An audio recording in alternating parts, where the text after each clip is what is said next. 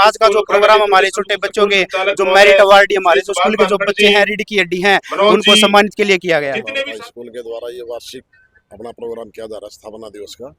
इस पे मुझे निमंत्रण मिला था, यहाँ करके बहुत अच्छा लग रहा है, बच्चों के बीच में आकर के बहुत अच्छा लगता है। तो सर इसके साथ साथ बच्चों को क्या शिक्षा दोगे, क्या आप वो संदेश दोगे अपना? देखो बच्चे बड़े टैलेंटेड हैं आजकल के, और संदेश तो हमारा यही है कि पढ़ लिख करके मान बने और हमारे देश का नाम ऊंचा करें। और युवाओं को क्या संदेश दोगे नशे को लेकर? देखो युवाओं को तो हमें बार बार प्रेरित करते रहते हैं कि नशा करना ही नहीं चाहिए, नशे से दूर रहें प्लीज। तो कहा जाता है विनोद शंकर जी है, जनता के बीच में रहते हैं, कोई भी बात हो तो आगे नहीं रहते हैं।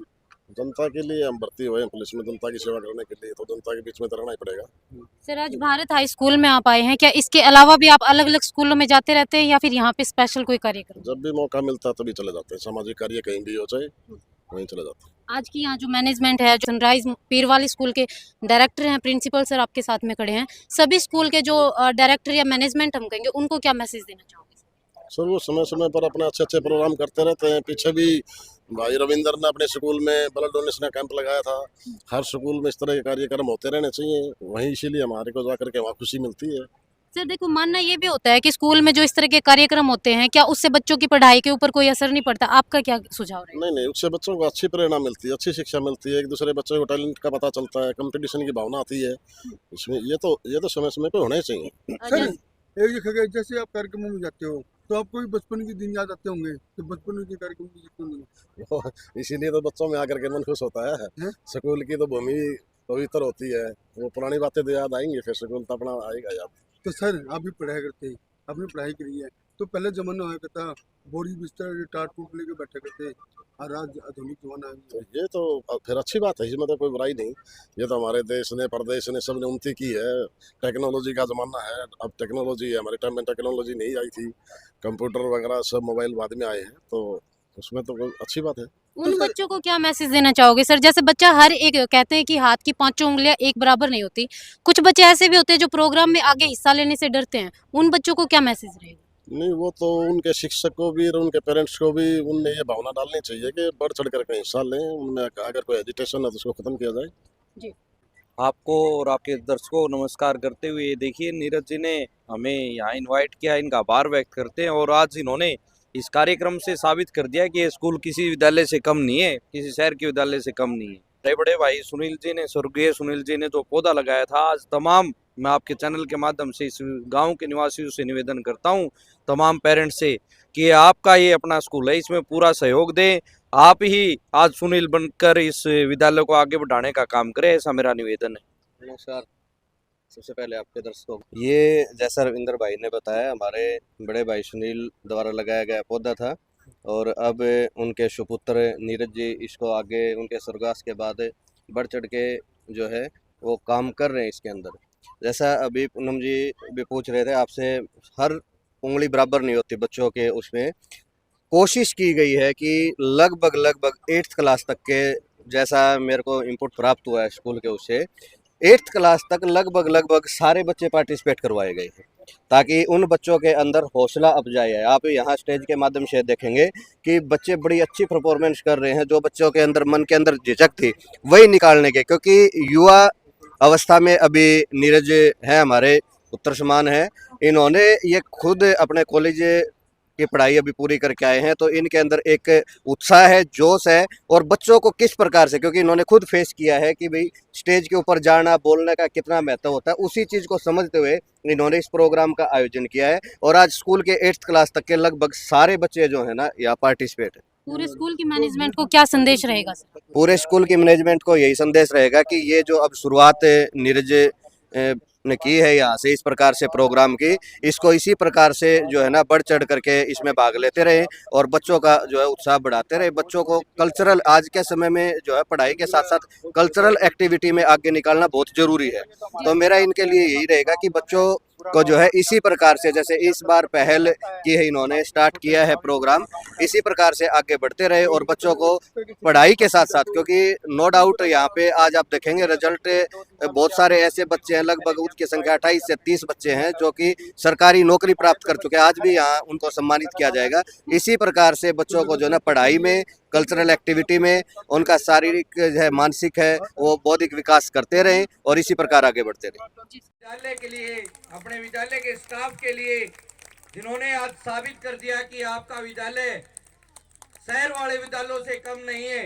एक बार जोरदार तालियां, ताकि इस विद्यालय के संचालक और विद्यालय के स्टाफ का हौसला बढ़े और वो ऐसे ही सामाजिक कार्यक्रम करते रहे जिससे बच्चों का शारीरिक, मानसिक और बौद्धिक विकास हो। आज देखिए आपके समक्ष आपके विद्यालय के कितने बच्चों ने बोर्ड मेरिट प्राप्त की और उनको पुरस्कार दिया गया। ग्रामीण क्षेत्र के विद्यार्थी, इतने अव्वल स्थान प्राप्त करने वाले विद्यार्थी इस विद्यालय के, हमें गर्व है नीरज जी पर।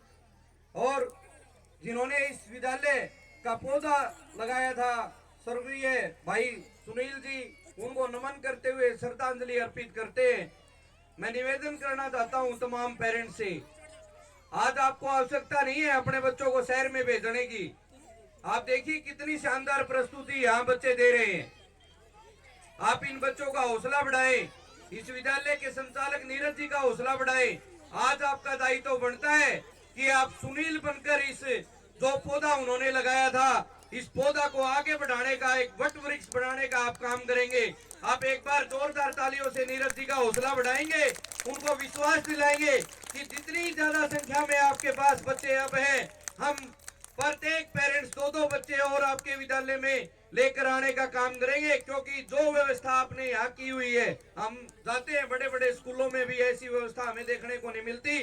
जितनी शानदार तैयारी और जितने बच्चों ने बोर्ड मेरिट प्राप्त की, इस विद्यालय को बधाई देता हूँ और निवेदन करता हूँ कि पेरेंट्स से, जब भी आप अपने बच्चों को स्कूल में भेजते हैं, कभी भी आप आवेश में ना आए।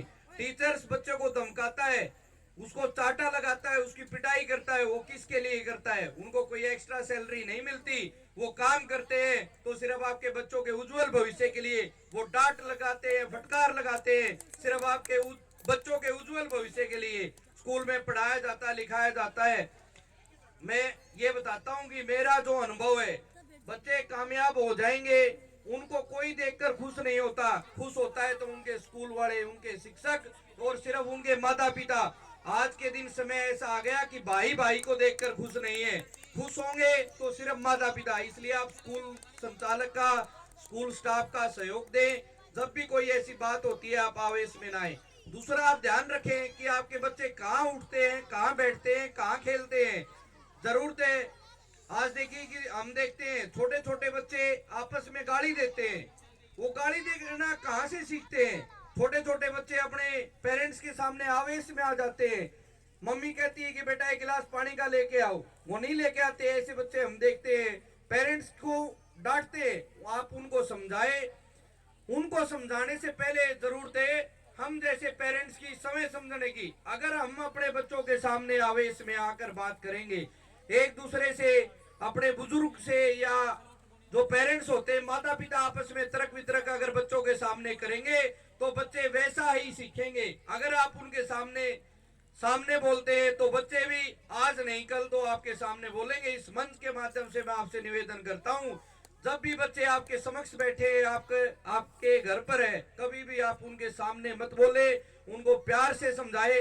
आज हम देखते हैं कि बच्चे ढीठ होते जा रहे हैं। बच्चे क्या सोचते हैं कि टीचर्स ने, पेरेंट्स ने एक चाटा लगा दिया, वो 2 और लगा लेंगे, 3 और लगा लेंगे, पेरेंट्स 2 और लगा लेंगे, हमने तो घूमना ऐसे ही है, स्कूल में काम नहीं करना।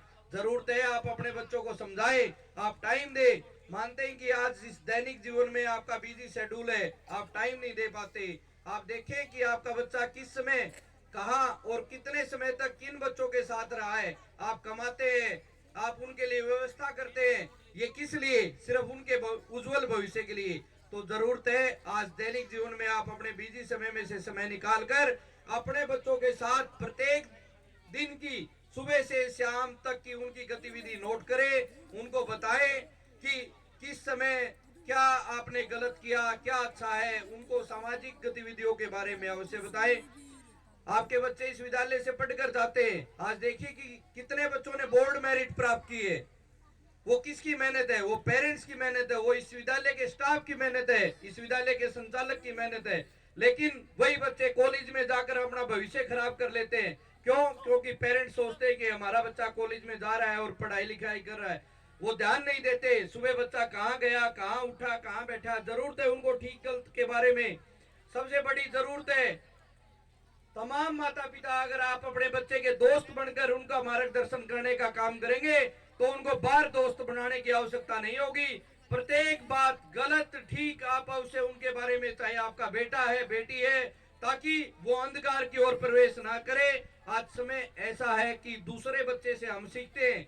दूसरे बच्चे, अनेक बच्चे जो कि गलत दिशा में जा रहे हैं, हम देखते हैं कॉलेज में अनेक वो कैफे के अंदर गलत गतिविधियां करते हैं। आप अपने जो बच्चों का भविष्य है वो आपके हाथ के अंदर है। जैसा आप रखेंगे उनको, जैसा आप उनको सम्मान देंगे, वैसा बच्चे सीखेंगे।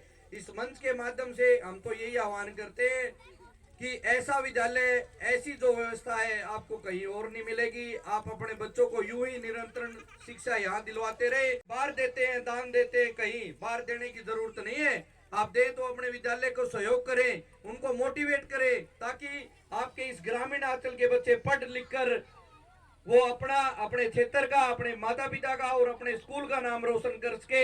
ऐसी व्यवस्था करें। मैं बताना चाहता हूं कि मेरे पास अभी 2 महीने पहले इसी गांव के व्यक्ति आए थे कि आप अपनी गाड़ी को हमारे वहां ढाणी में भेजने का काम करें। मैंने बात की कि नेक्स्ट सेशन से हम शुरुआत करते हैं, लेकिन आज जो बोर्ड बच्चों की मेरिट देखकर और इस कार्यक्रम को देखकर मैं तो यही मानता हूं कि आपके इस ढाणी के आसपास के क्षेत्र के बच्चों को कहीं बाहर भेजने की आवश्यकता नहीं है। आप यही टाइम देने का काम करें और बच्चों की निरंतर शिक्षा यही दिलवाने का काम करें। यही मेरा निवेदन है। और देखिए कि आप ये मानते हैं, मैं बताता हूं कि एक आलू जो कि गांव में बोया जाता है वो हांसी जाकर 20 रुपए किलो हो जाता है, वही हिसार जाकर 25 रुपए किलो हो जाता है और वही पंचकुला जाकर 50 रुपए किलो हो जाता है। वो आलू कहां से निकला? हमारे ग्रामीण अंचल से निकला। यही हमारे स्कूलों का है। आप शहर में भेजेंगे, वही फीस आप वहां 2000 रुपए देंगे, आगे 3000 रुपए देंगे, आगे 5000 रुपए देंगे। जब आपको वही सुविधा 1000 रुपए में मिल रही है, आपको बाहर भेजने की आवश्यकता नहीं है। यही मेरा निवेदन है। आप इस विद्यालय के प्रति यूं ही प्यार प्रेम बनाए रखे। आगे जब भी आगमन हो, ऐसा विद्यालय इतनी संख्या में बच्चे होगी, नीरज जी ये कहने के लायक हो जाए कि अभी हम एडमिशन लेना बंद कर दिया है। बहुत ही शानदार कार्यक्रम। इस विद्यालय के स्टाफ को, तमाम पेरेंट्स को बधाई देता हूं और निवेदन करता हूं कि आपका ये प्यार प्रेम इस विद्यालय के प्रति यूं ही बनाए रखना। देखिए, ग्रामीण आंचल से गांव पेटवाड़ का निवासी सूर्यकांत शर्मा जी आज जो देश के सबसे बड़े जज बन चुके हैं, उन्होंने अपनी शिक्षा कहां से प्राप्त की? अपने गांव के स्कूल से प्राप्त की। उनके पेरेंट्स खेती करते थे। आपके भी बच्चे जज बन सकते हैं। ऑफिसर को बुलाया, डिप्टी साहब को। यहाँ नीरज जी किसी सामाजिक व्यक्ति को ही बुला सकते थे जो 1 लाख 2 लाख रुपए का योगदान दे जाते, लेकिन इनकी प्रेरणा देखिए। इन्होंने कहा कि हमें पैसे की आवश्यकता नहीं है, हमें ऐसे अधिकारी को बुलाना है जिससे मोटिवेट होकर हमारे विद्यालय के भी बच्चे बड़े होकर ऐसे अधिकारी बने और हमारे विद्यालय का, अपने माता पिता का और गांव का नाम रोशन करे। ऐसी निष्ठा रखते हैं नीरज जी, जिनसे मेरी वार्तालाप हुई और डिप्टी साहब आए। मैं तो तमाम बच्चों से निवेदन करता हूं कि आप अपना लक्ष्य निर्धारित करें। आज ही आप डिसाइड करें कि आपने बनना क्या है जीवन में। समय का अभाव है। काफी शानदार प्रस्तुतियां हैं। जिन बच्चों ने पार्टिसिपेट नहीं किया, आप भविष्य में प्रण लेके आप प्रत्येक विद्यालय की गतिविधि में भाग लेंगे, ताकि जो आपके अंदर हेजिटेशन की भावना है वो दूर हो सके और आपका विकास हो सके। आपने इतना ध्यान पूर्वक सुना। तमाम मातृशक्ति से मेरा हाथ जोड़ के निवेदन है कि आप अपने बच्चों को समय देना शुरू करें, उनकी प्रत्येक गतिविधि को नोट करें। टीचर से मासिक मीटिंग में, अपना स्कूल में आकर अपना सुझाव अवश्य आप देने का काम करें। बहुत बहुत धन्यवाद। आप सभी ने बुलाया, सुना, बहुत बहुत धन्यवाद।